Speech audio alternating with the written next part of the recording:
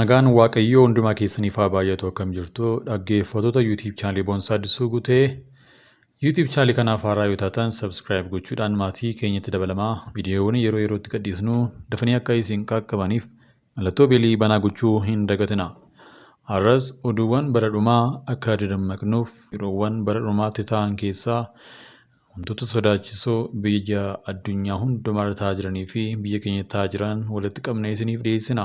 Akkasumas immoo dadammaquun waan nuuf ta'uuf caaffati qulqullaa'aan waa'ee bara dhumaa kanaa maal jedha? Deewwan adda addaa waa'ee bara dhumaa Gooftaan Yesuus Kiristoos dhufaatii isaatiif kan nu dadammaqsan, hirriba keessaa kan nu kaasan, Yesuusitti deebinee jireenya akka jiraannuu fi haalota ta'aa jiran adda baafannee isa dhugaa jiraachuu akka qabnu nuti biyya lafaa kana irratti jiraachaa akka hafnee fi keessummaa akka taanee dafnees mana abbaa keenyaatti akka deebinu wantoota nu yaadachiisan, nu dammaqsan, nu kakaasan isiniif dhiyeessuun keenya itti fufa. Caaffanni mootichi Yihuudoota isa kana jedhu tokko immoo mataa isaa irraan ture. Warra hamaa godhanii achitti fannifaman lamaan keessaa inni tokko ati Kiristoos isa abdachiifame miti moo? Egaa of oolchii nuunis oolchii jedhee isaa arrabse. Inni kaan garuu isa ifatee namanaa akkuma isaa firdiidhaan dhiphachuu yookaan dhiphachaa utuu jirtuu Waaqayyoon illee hin sodaattu moo? Nuyi qajeeltota nutti faradamee hojii keenya nyaanne inni kun immoo garuu homaa hin yakkinee jedheen. Yesuusiin immoo yaa Yesuus mootummaa keetiin yommuu dhuftu nu yaadadhu jedhe. Yesuus immoo dhugumaan sitti himaa har'a naa wajjin jannata keessatti in argamtaa jedheen. Egaan obboloota koo iddoo kanatti wantoota nuti hubannu namni al takkaatti Gooftaa Yesuus Kiristoositti yoo of kennee isatti amane akkasumas immoo jireenya isaaf yoo dhiise har'uma ammuma Gooftaa keenya Yesuus Kiristoosii wajjin jannata keessatti ni argama. Sababni isaas amantiidhaan jireenya arganna waan ta'eef jechuudha. Kanaaf namni asitti hanna hatee Gooftaa Yesuus wajjin fannifame kun inni mootummaa Waaqayyoo baree gooftummaa Waaqayyoo baree Yesuusitti amanee jireenya bara baraa argate. Kanaaf atis obboleessa koo obboleettii ko amma Gooftaa Yesuus Kiristoositti yoo amante jireenya bara baraa ni argatta. Barri kun bara dhumaa bara milikkitoonni garaagaraa ta'aa jiran barri addunyaan baduuf jettu barri Gooftaan Yesuus Kiristoositti deebi'ee dhufu barri yeroon itti hammaataa jiru, namni itti hammaataa jiru, barri wantoonni hundinuu gara xaxamaatti deemaa jiranidha. Bara kana keessa foon keenyaaf yaada keenyaaf qofa deddeebina yoo ta'e badaa jirraa kisaaraa guddaa keessa jirraa jechuudha. Kanaaf har'a Gooftaa Yesuus Kiristoositti yoo amante jireenya kee yoo itti laatte ba'aa kee isa sitti ulfaate hundumaa yoo itti laatte innis ba'aa kee sana sirkaa fuudhaa iddoo aara galfii iddoo boqonnaatti si geessaa jechuudha. Akkuma namicha Gooftaa Yesuus kana wajjin fannifamee yaa Yesuus mootummaa keetiin yommuu dhuftu na yaadadhu jedhe sana Gooftaan Yesuus immoo deebisee dhuguma har'a sittaniin himaa anaa wajjin jallata keessatti argamtaa ittiin jedhe. Kanaaf obboleessa koo obboleettii koo gara Gooftaa kootti Gooftaan si jallata.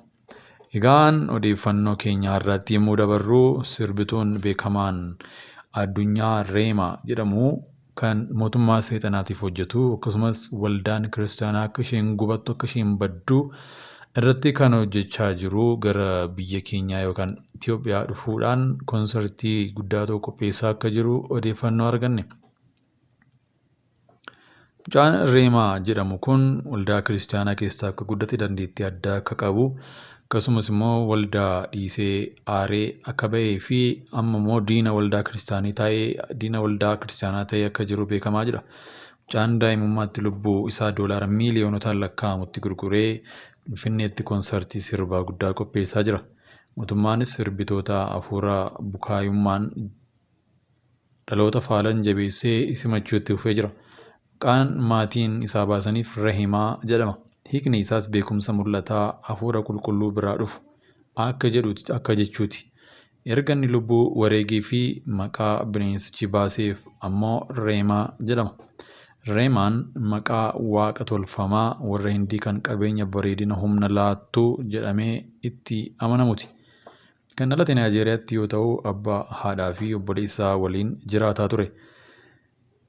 Maatiin isaa hordoftoota amantaa Pirotestaantii waan turaniif waldaa keessatti guddatee akkasumas waldaa isaa keessatti faarfannaadhaan tajaajilaa ture. Dhuunfaa isaatti garee worship kan waaqeffachiistota jajjaboo waldaa keessatti ijaares qaba. Harmeen isaa baay'ee waan isa jaallattuuf kennaa faarfannaas irratti waan agartuuf faarfataa jabaa tokko ta'aa jettee abdii guutuu irratti gattee turte. Erga abbaaf obboleessa isaa balaa tasaa isaan mudateen lubbuu dhabanii booda garuu waan tasaa hin eegamnetu harmee isaa mudate. Innis Reemaan tajaajila waldaa keessatti godhuun deeggarsa dhabuu irraa kan ka'e akkasumas erga abbaaf obboleessi isaa du'anii haadha koo jiraachisuun qaba jedhee waan yaadeef gara magaalaa Finfinneetti jedhamtu tokko deemuun sirbituu ta'uu isaati. Mucaan kun yeroo garaagaraatti geggeessitoota waldaa isaa irraa deeggarsa maallaqaa isaaf akkasumas haadha isaaf godhamu gaafachaa ture garuu hin arganne. Gara Finfinneetti erga deemee booda daandiin ittiin maallaqa argatu barbaadu eegale. Booda irraa araada garaagaraaf saaxilame. Haati isaa hanga guyyaa har'aa gara mana waaqayyootti akka deebi'uuf kadhattus inni fedhii hin qabu. Reemaan gama muuziqaatiin dandeettii ajaa'ibaa qabutti fayyadamee erga Finfinneetti deemee sirboota garaagaraa hojjechuu eegale. Akkasumas bakkoota xixiqqoo tokko tokkotti affeeramuu eegale. Kana jidduutti qindeessaa muuziqaa beekamaan Doon Jaazii jedhamu tokko kan isa bare. Doon Jaaziin lammii Naayijeeriyaa qindeessaa muuziqaa haalaan beekamudha. Doon dandeettii ajaa'ibaa Reehimaa irratti akkuma argeen beekamtii guddaa akka inni horatuuf akkasumas maallaqa hedduu argatee akka inni jiraatuuf Reehimaa fuudhee gara gola bineensichaatti geessuun miseensa taasisa. Doon ofii isaatiifis miseensa bukaayichaati. Kanumarraa ka'uudhaan Reehimaan gara indaastirii muuziqaa deemuun waliigaltee lubbuu bineensaaf mallatteessuudhaan gara dinqisiifatamuu namoota miiliyoonotaan lakkaa'amanitti kan inni dhufe. Daa'imni kun waliigaltee dhiigaa indaastirii kana keessatti Seexanaaf taasiseen maqaan isaa illee jijjiiramee maqaa maallaqa doolaara miiliyoonotaan lakkaa'amus argate. Reehimaan umurii waggaa xiqqoo keessatti sirboota hedduu baaseera. Sirboonni isaa gosa muuziqaa hip-hop rap ammoo qalbii dhalattootaatti saaphapuu hamaa ta'anii jiru. Keessumaa sirboonni isaa Calm Down, Charm, Sound Gas, Dumeebii jedhaman faan sirboota sammuu dhalootaa kana keessaa keelchaa oolanidha. Reemaan tibba kanaa sirba Karaashikaa jedhu kan namoota hedduun jaallatames sirbeera.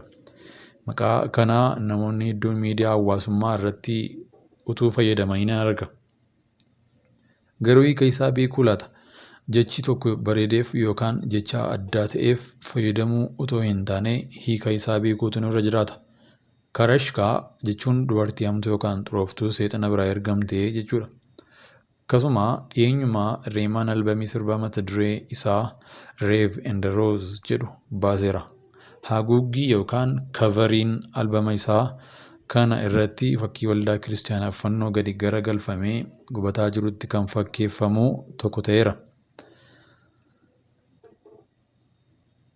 Daa'imni umurii xiqqaa kun yeroo ammaa ergama guddaa Luusifeer biraa fudhateen waltajjii hedduu golee addunyaa kanaatti qopheessuun dhaloota hafuura bara dhumaatiin faalaa jira. Waltajjii sirba isaa irratti dargaggoonni miiliyoonaan lakkaa'aman ni argamu. Waltajjii tokkotti yoo xiqqaate doolaara miiliyoona hedduu akka fudhatus beekamee jira. Reemaan yeroo ammaa imala gara Finfinnee taasisuuf qophii jabduutti jira. Sirbitoonni biyya keenyaas hedduunis sagantaa isaa kanatti hirmaachuun hojii beeksisaa hojjechaafii jiru. Garuu duuba isaa hafuura hamaa sammuu dhalootaa laaqutu jira. Of eeggadhaa. Dhaamsi dhumarratti qabnu daa'imni kennaa uumamaa ajaa'ibaa qabu kun waldaa kiristaanaa keessaa gad ba'eetu kan akkas adala ta'e. Baay'ee kan nama gaddisiisu diinonni mana waaqayyoo har'aa warra waldaa kiristaanaa keessaa mufatanii badanidha. Waldaan kiristaanaa dhaloota qabutti erga daartee bubbulteetti.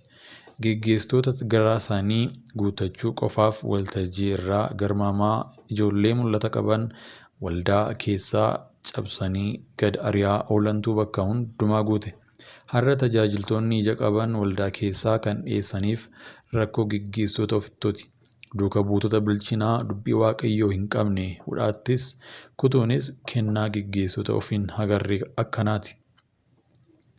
Dhaloota mana Waaqayyoo keessatti karaa barbaachisuun tiksanii toora qabsiisuun sichi hin amaleeffatamu taanaan waldaan kiristaanaa diinota jajjaboo horachuun gara jiruu walxaxaatti sokkiti.